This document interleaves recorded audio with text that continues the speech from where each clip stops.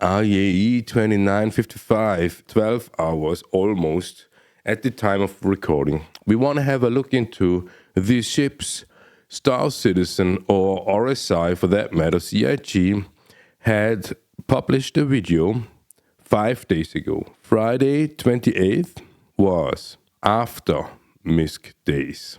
We want to have a look into the ship talk video published 5 days ago. It's about almost 2 hours long, and we just want to have a look into. We want to have a look into the Haldi and Hali MISC day. Listen to it. I won't go back to the D&E because I forgot to go back to them. Yeah, I was going to go back after we did the Iron 2, but you can do it now. We'll sandwich some bad news in with the good news. Whole D&E owners, sit down, because this is going to sound like bad news, but it's right. It's the news. You look right at your camera there. There you go. This one. Yep. Nope. Give him the John Crew camera. Move out the way. Give him the bad news camera. Zoom in all the way. Your cargo capacity is going quite a long way down. So this is interesting. Your cargo capacity will go down. So the D, and I've got my notes here, is going down to 6,912 SCU. 6,000 SCUs. Which is a lot of SCU. And the E is going down to 12,288 SCU. Okay, you heard it? Gut reaction, that's a big drop from, I think, 98,000, and I can't remember what the D was. Yeah. But for years, people quite rightly said, this is going to be so boring.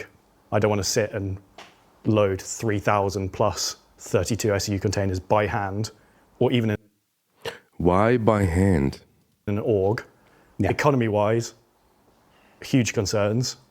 And then performance-wise, also huge concerns. So whilst they have on paper gone down by a big percentage, they are still the top of the game. Absolute top. And we have no plans currently to have any ships that get anywhere near those. Like, I can't think of one that actually beats the whole sea at this point in terms of cargo capacity. So the D&E is still the cream of the crop. Their role remains unchanged as the bulk and super carriers. Their SEU comes down to more reasonable levels. Yeah. So this is what they said here. The Hull C is listed as flight ready and available for 500 IRL.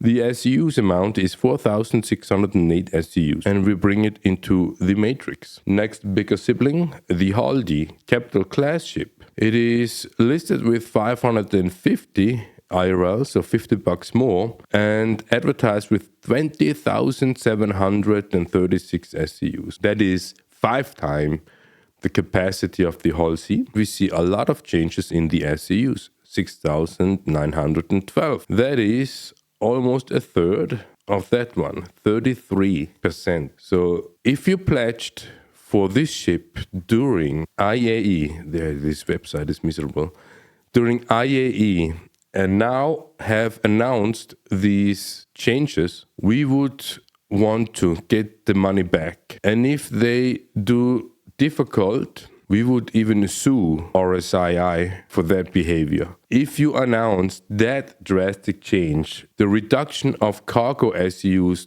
down to 1/3, we would want to have our money back. Now we go to the Hull E, the biggest of them all, also capital class. It's not available to pledge, but it would have been for 750 IRL, so 200 more compared to the Hull D and 250 more compared to the Hull C. It is marketed with 98,304 SUs, and here it is listed with 12,288. This ship only has 12% of cargo capacity compared to what it was marketed, listed as during the MISC days, and now after the MISC days, after IAE, they will bring it down to 12% of cargo capacity. If we would have pledged for either the Hull D or Hull E, we would want to have our money back.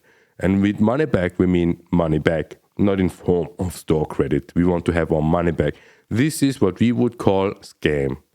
And we know that these ships are still in development. That drastic change confirms that they are actively developing these ships, which is great. But announcing that amount of changes after MISC days that is a scam. As soon as they remove the cargo deck, as we know it, you will load manually 32 SCUs containers. This is something what they talk about, and just the pure mention of it. These Buddhist monks of RSI, they will let you tractor beam all these SCUs by hand, just to keep you busy. Now, we can speculate, we can conspiracy theorizing here, but they mention it. So get back your money. You have 10 days time, so you need to hurry.